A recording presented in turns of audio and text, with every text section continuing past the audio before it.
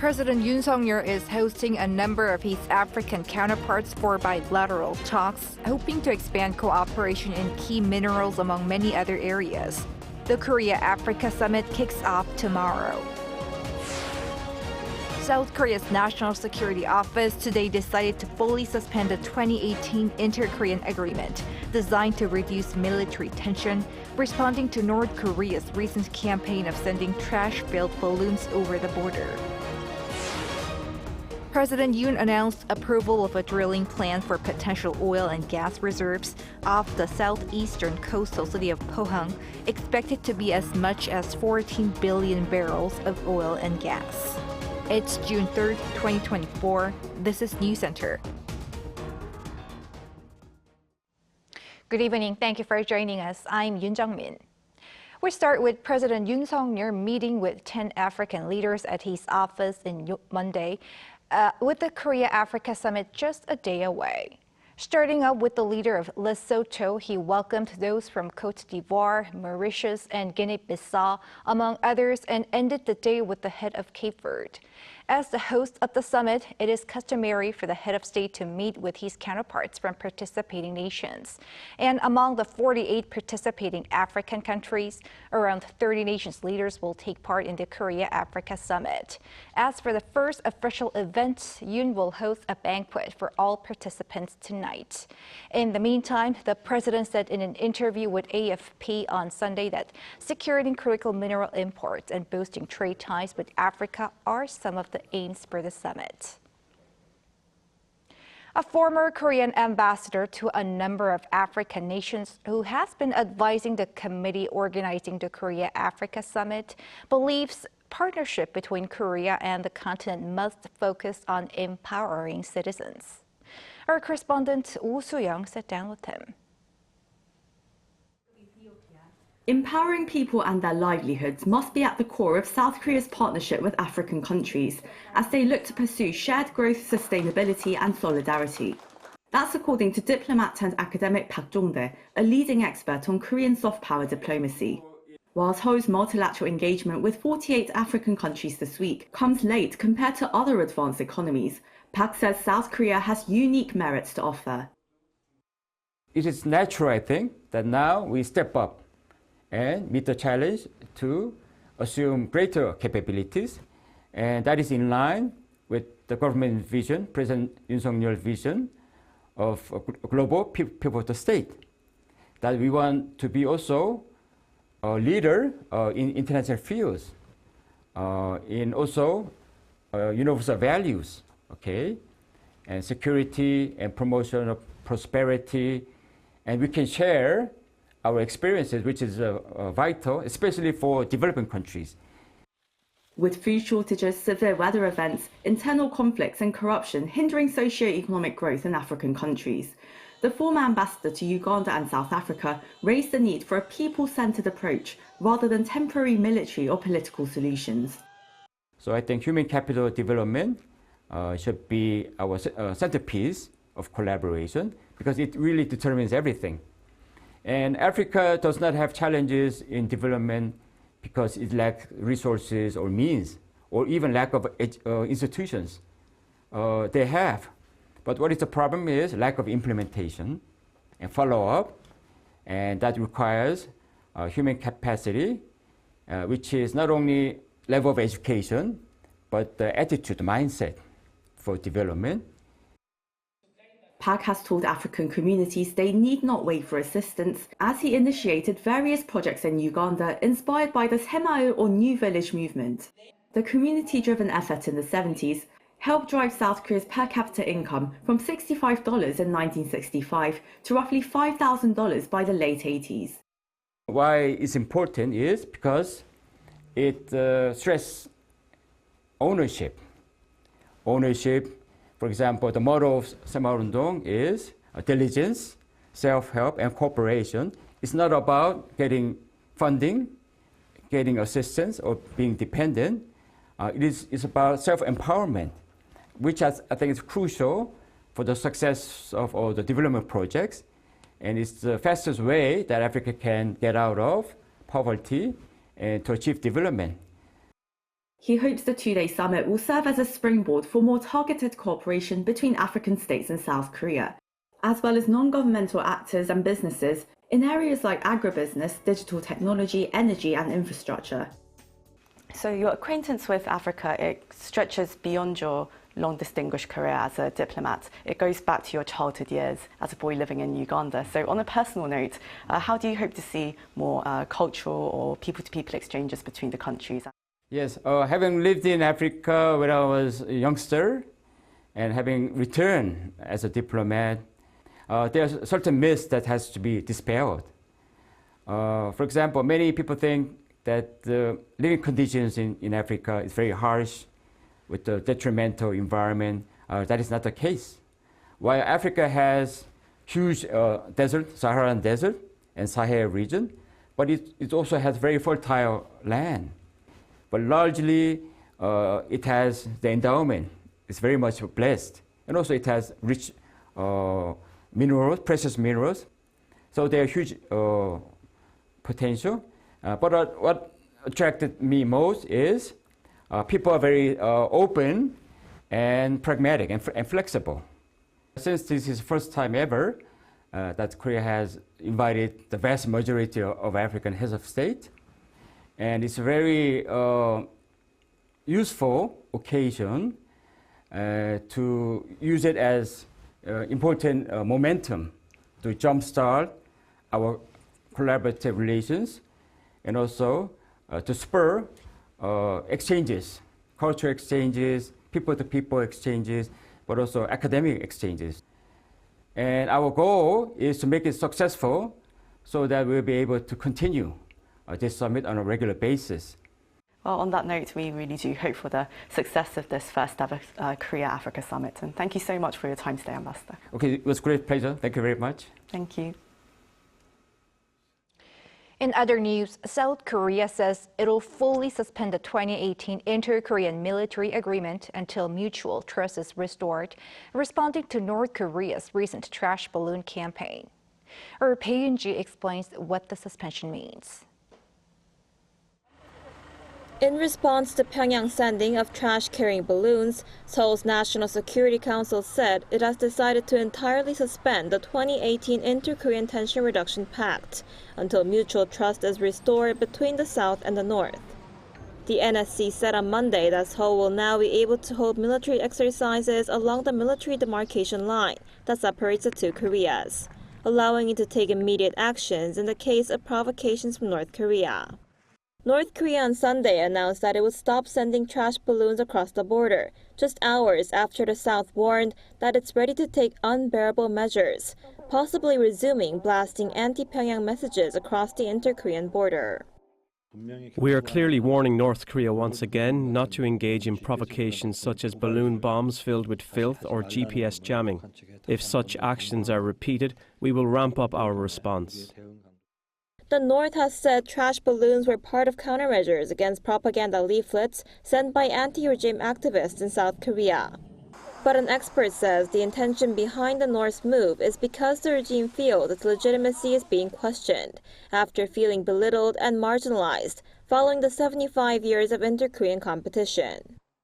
Now, more specifically, the North is also trying to insult the South Koreans just before the commencement of the Africa Summit, but it stopped the balloon launches before most of the leaders arrived. So I think it was a deliberate timing. Around 600 balloons carrying cigarette butts, waste paper, and plastic bags were flown from North Korea over the weekend, on top of the around 260 balloons carrying waste and excrement sent earlier last week. This prompted the South Korean military to advise people to be aware of falling objects and not to touch objects suspected of being from North Korea, and asking people to report such items to the military or police instead. Damage from the balloons has been reported across the nation, including a windshield on a car parked in Gyeonggi-do province being completely destroyed. Arirang News. Over in Singapore, top defense officials from Seoul, Washington, and Tokyo have agreed to engage in a multi-domain exercise this summer to bolster their trilateral security posture against Pyongyang's provocations. Lee Seung-jae has more. South Korea's defense ministry announced Sunday that Seoul, Washington, and Tokyo agreed to launch a trilateral multi-domain exercise this summer in a move to strengthen security cooperation against Pyongyang's evolving threats. The ministry said the agreement was reached between the defense chiefs of the three countries during three-way talks on the sidelines of the Shangri-La Dialogue Security Conference in Singapore over the weekend.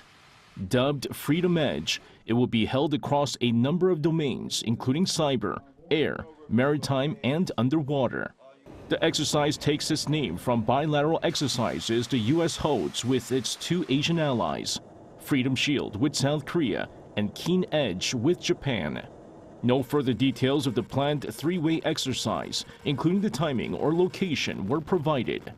While the three allies have previously held joint maritime and air drills, this summer's Freedom Edge would mark the first exercise of its kind after their leaders agreed on various efforts to deter North Korea's nuclear and missile threats at Camp David last year. During the three-way talks between the defense chiefs over the weekend, they agreed to come up with a framework document for trilateral security cooperation efforts by the end of this year, while also agreeing to optimize their system to share North Korean missile warning data in real time. The announcement from the ministry also comes amid North Korea's recent provocations, including several short-range ballistic missiles being launched last week, as well as the sending of hundreds of balloons carrying trash and other waste. 이승재, Arirang News.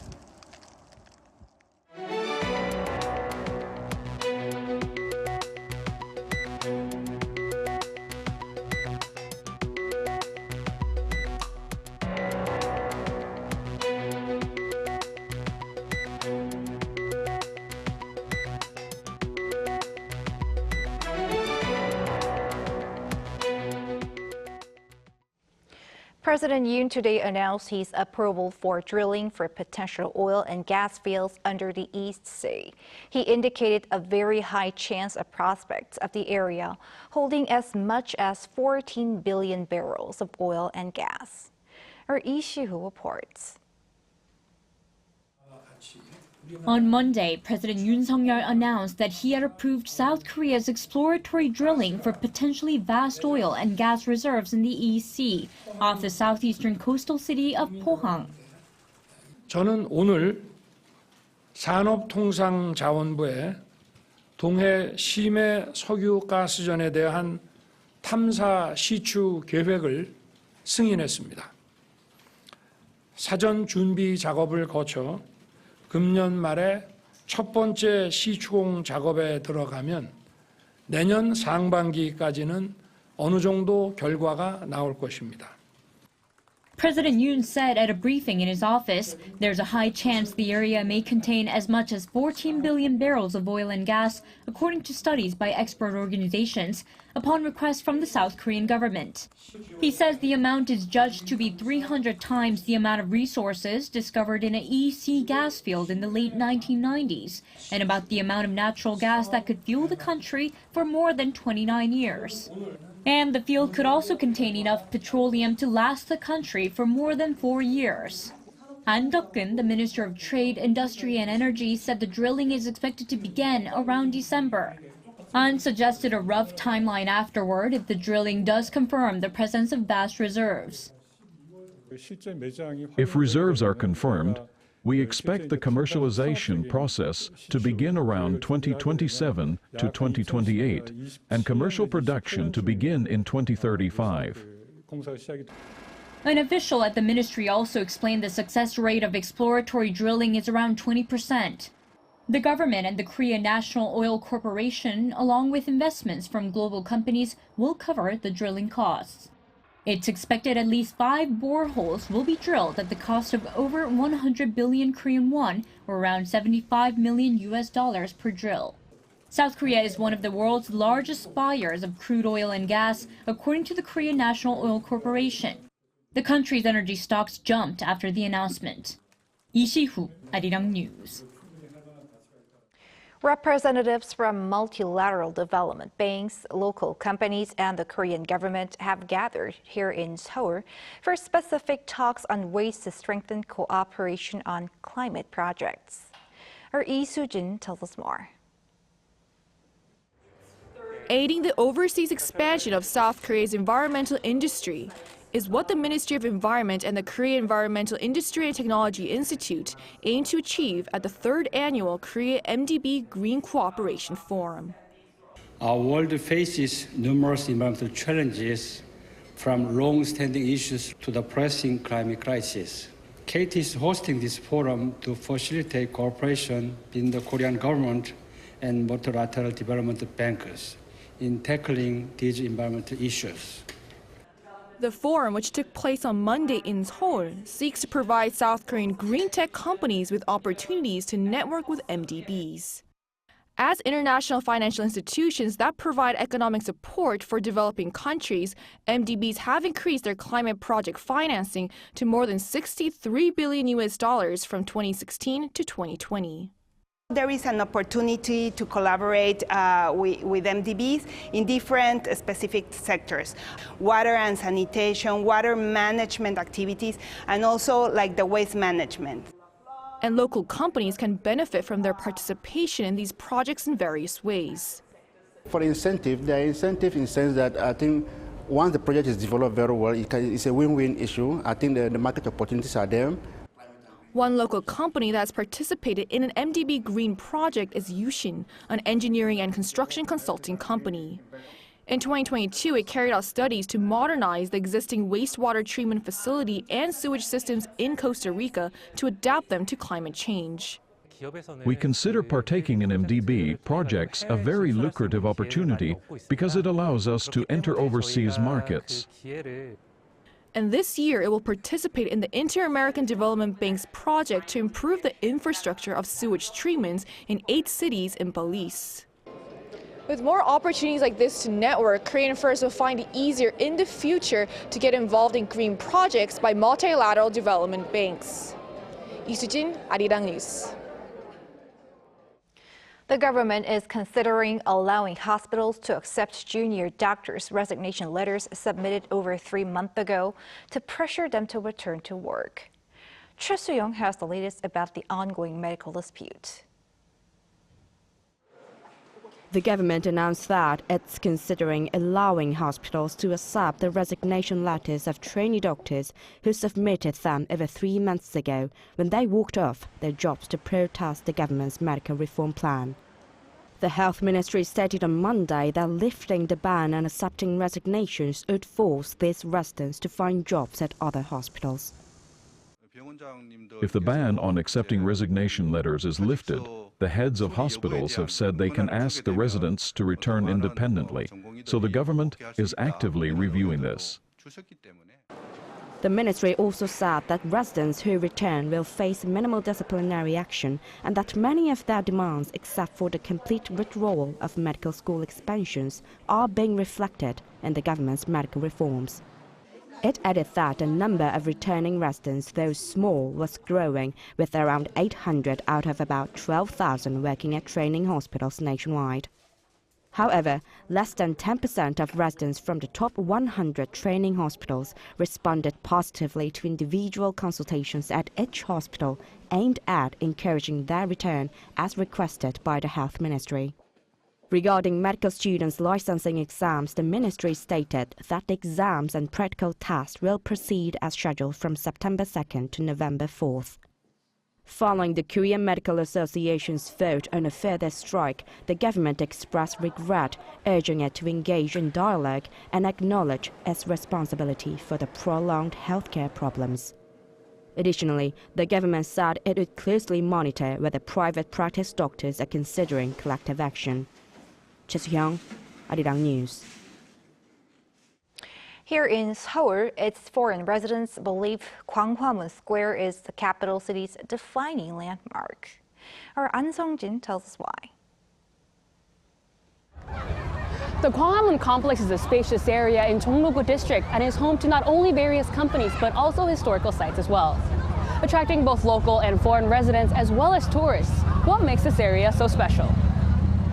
From skyscrapers to palaces and nature, out of the numerous places one can visit in Seoul, Gwanghwamun Square was ranked first as the capital's representative landmark. This is according to a survey of foreign residents by the Seoul Metropolitan Government. Nearly half of those surveyed chose Gwanghwamun Square.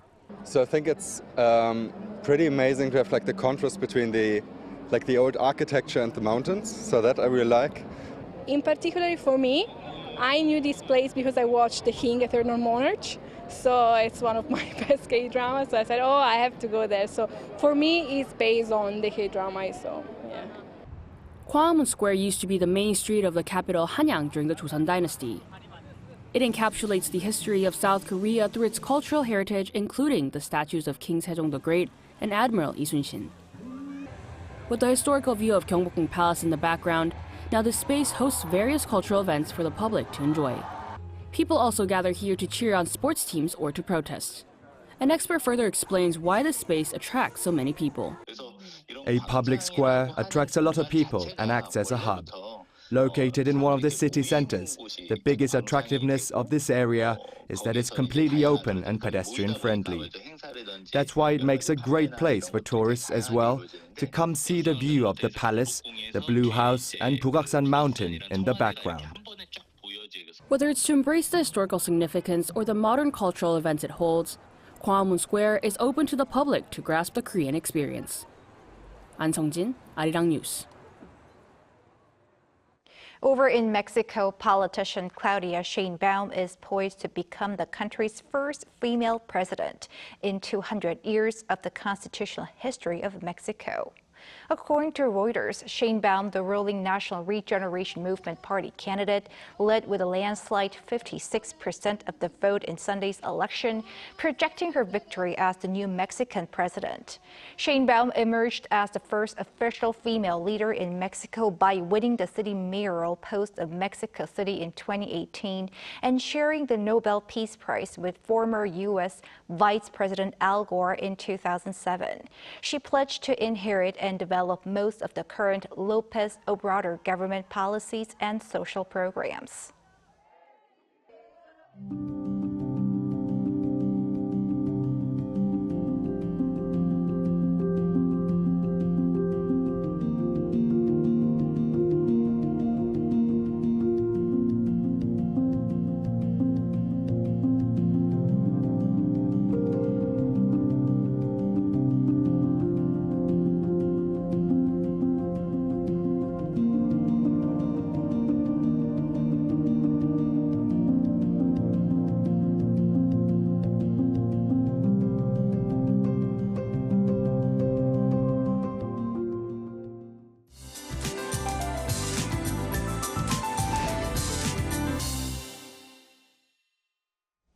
Early heat is emerging around the western parts of the country today for the beginning of June.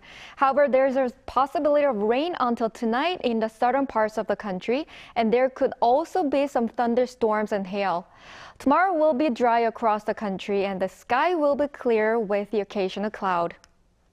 It is predicted that the early summer heat will continue in most areas tomorrow.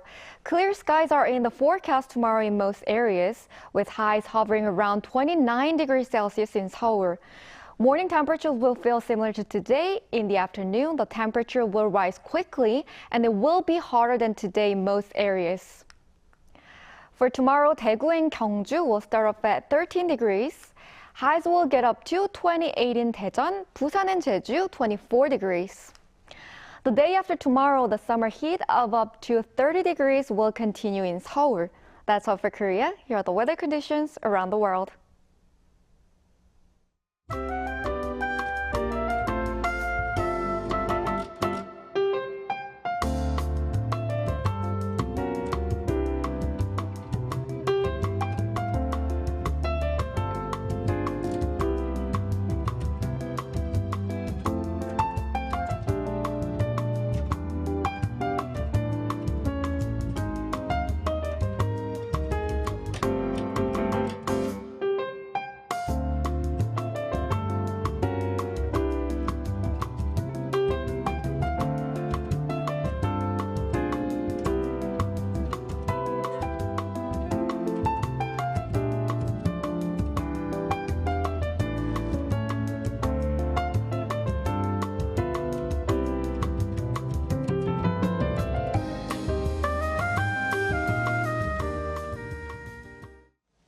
That is Newscenter for tonight. Thank you for watching. A panel session coming up.